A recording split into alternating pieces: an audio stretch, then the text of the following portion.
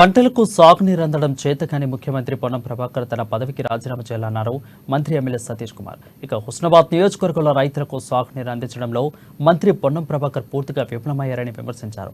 Congress party గెలిచి రాష్ట్రంలో కరువు తీసుకొచ్చిందే తప్ప ప్రజలకు చేసిందేమీ లేదని అన్నారు.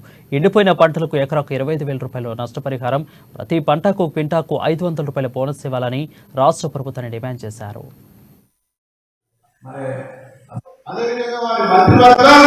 వారి ఎమ్మెల్యేలు తెలంగాణ రాష్ట్రానికి కరువు తీసుకొచ్చి తప్ప కాలం తీసుకొచ్చిన కరువు కాలేదు కూడా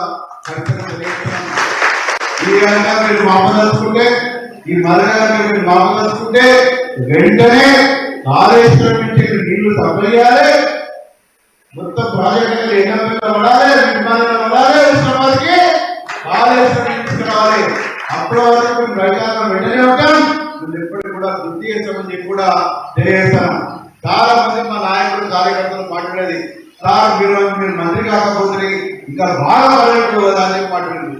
సరే నా అదృష్టము 5 కాలేదు, అది మా కార్యకర్తలకి మాకెళ్ళి